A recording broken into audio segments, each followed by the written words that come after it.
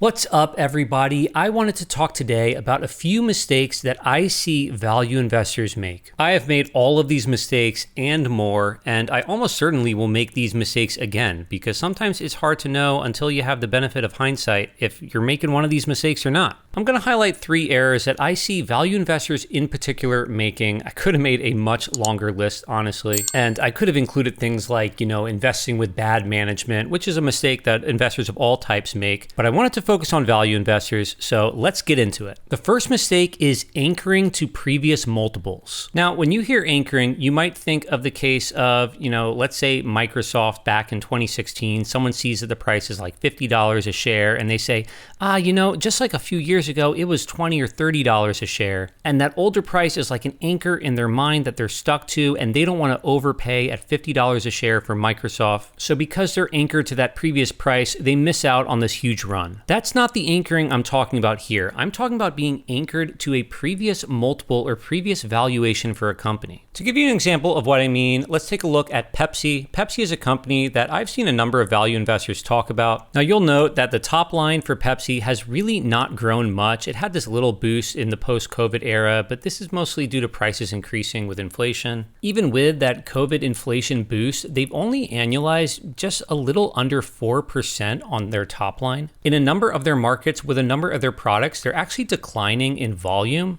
And they're just offsetting that with price increases. So the revenue is roughly flat. Now, one thing you'll note, if you just look at the multiple that Pepsi has traded at, if you were only looking at the last 5 years, you'd say, hey, Pepsi has been like 22 to 24 times multiple. That's been like a kind of normal range for them. And now they've dropped off. Maybe this is a dip. Maybe we should buy because the multiple will revert back to what it was. This is what I mean by getting anchored to a past multiple. You get anchored to the idea that Pepsi is a stock that should trade at 20 times or 22 or 24 times operating earnings. But why? Don't get anchored to that. Just look at the company. The company is barely growing the top line. Yes, it's a powerful brand, but what do you think is a fair multiple for a company that is growing revenue just like 3 or 4% a year? What do you think is fair? If you get anchored to this past multiple, and if you say, hey, I think Pepsi is going to grow, let's say just 3% a year, and they maintain similar margins, and they just revert back to a multiple of 22, you're looking at 14% annualized on this stock. That's an amazing return. But I would argue this is a company with barely any top line growth. I mean, if you give them a multiple of 13, a 13 times multiple for a company with 3% growth on the top line, I mean, that is not unreasonable at all. And with those assumptions, you get a completely different result. You're basically flat on your money, up a little bit, 2%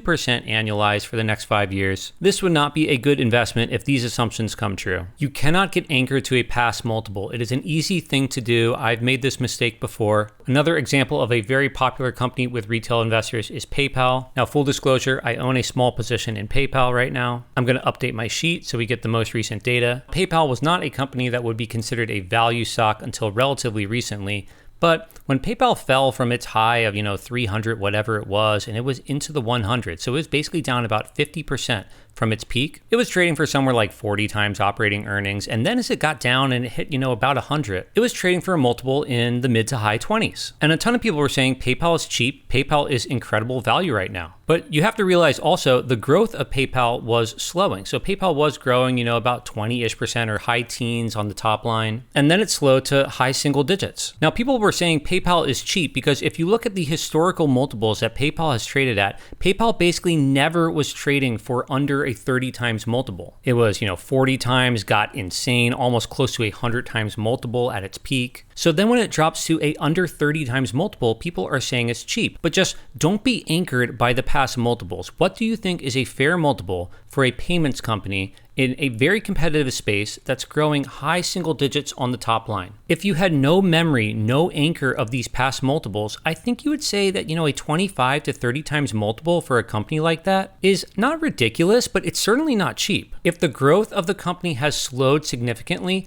why should the multiple revert back to where it was when it was a fast-growing company? Now, with that said, we're now 3 years later at this point. The price of PayPal is significantly lower than where it was, even when it was like 100 and had already dropped 2/3 from its peak. Earnings are up over this time. So today, I don't think PayPal looks bad. Obviously, I own a small position, so I like the stock. You can see my assumptions here for the next 5 years. I think they're rather conservative. I'm assuming 5% top line growth, margins to pull back a little bit from where they currently are, and for them to just trade trade at a 15 times multiple. And if that comes true, you're looking at 12% annualized return. I think they definitely could outperform these assumptions. I'm hopeful that they might reach something close to where my bull case is at. But regardless, those are my thoughts on PayPal. Moral of the story is just do not get anchored to past valuations. Always challenge your assumptions and always ask, do I think this multiple I'm giving to the company, do I think it's conservative or not? The second mistake I see value investors make is they are sometimes overconfident in turnaround stories. A classic, even if somewhat older example of this is Kodak. Kodak sold film cameras. They were a very profitable company. And as digital photography was taking off in the 2000s, Kodak said, we're pivoting into digital. We're investing a ton into the digital space. But big companies cannot just turn around and dominate a new marketplace and take over a new area so easily. Whenever you're trying to change your business model, change your product, take over a new sector, success is never guaranteed. Yes, there are tons of success stories, but when you're taking a look at companies like this,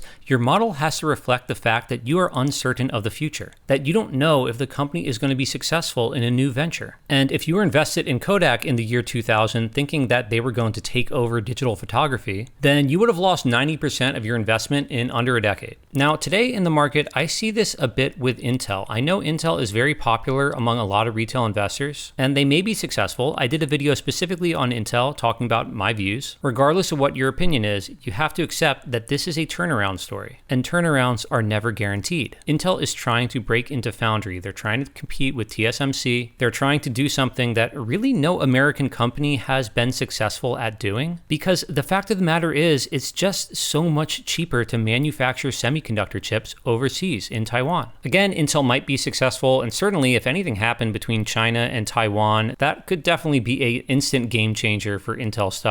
But when I see videos of people on YouTube looking at Intel and they make some discounted cash flow analysis where they say, I think revenue is going to grow up at whatever it is, 5%, 10% every year. Then I'm going to give them, whatever margins after a certain amount of time. And I'm going to give them some multiple in the future. Or they'll say, I'm going to give them some terminal growth rate, which a terminal growth rate and a terminal multiple function the exact same way in a DCF model. Anyway, then their model might come up with some number that says, Intel stock is worth $40 today or $50 today or whatever it is. And they won't necessarily realize that their model assumes the success of the turnaround, which, by the way, that's another mistake that I could have added to this list, is thinking that just because you've created some discounted cash flow model that you then understand the company. The model that you have, the model that I have, it's just a numerical representation about your thoughts on the future of this business. The numbers tell a story about the future of the company. And if there's a problem with the story, then the numbers might not be useful at all. In fact, it could even be worse. They could give you a false sense of confidence. So in any case, Intel might end up being a winner, but the fact remains, turnaround stories are never guaranteed. And the last error that we're going to talk about today is falling for the good old value trap. Now, there's definitely some overlap between these mistakes. You certainly could consider Intel a value trap, I think. But just so we're on the same page, what I mean by a value trap is a company where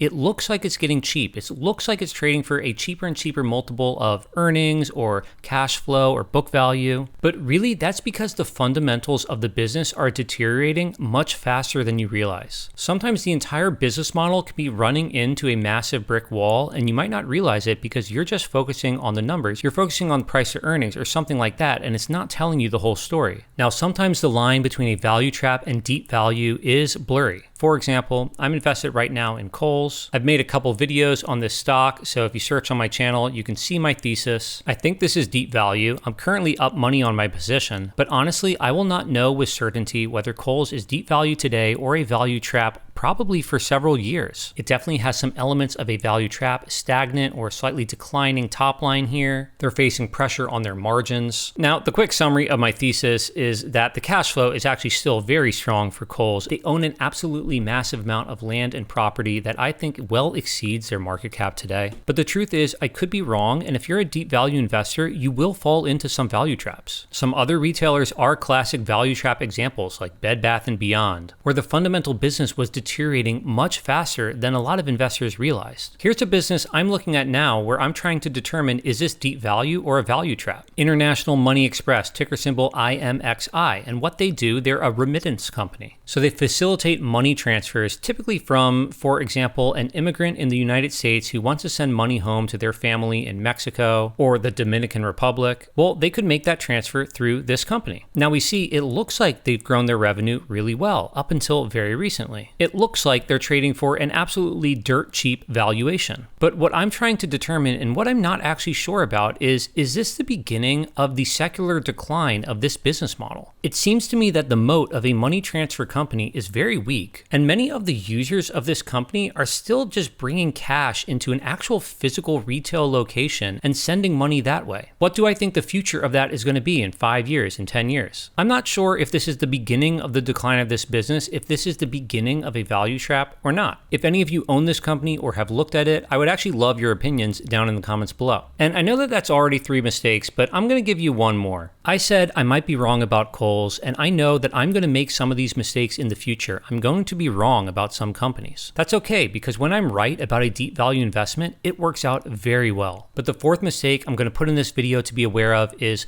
do not put too much money into one idea. You have to be humble and realize that we are all going to be wrong sometimes. You don't want your mistakes to wipe you out. Now, everyone has to determine for themselves how much money they feel comfortable putting in an idea. But for me, what I don't want to do is put in 20% of my assets in one go into one stock just because I have huge conviction in it. There is probably almost no level of conviction I could have that would make me do this, because I just know I'm going to be wrong sometimes. Anyway, that's all I got for our video today. If you got something out of this, subscribe to the channel. If you've made one of these mistakes, share your story down in the comments below, and I hope to see you all in another video.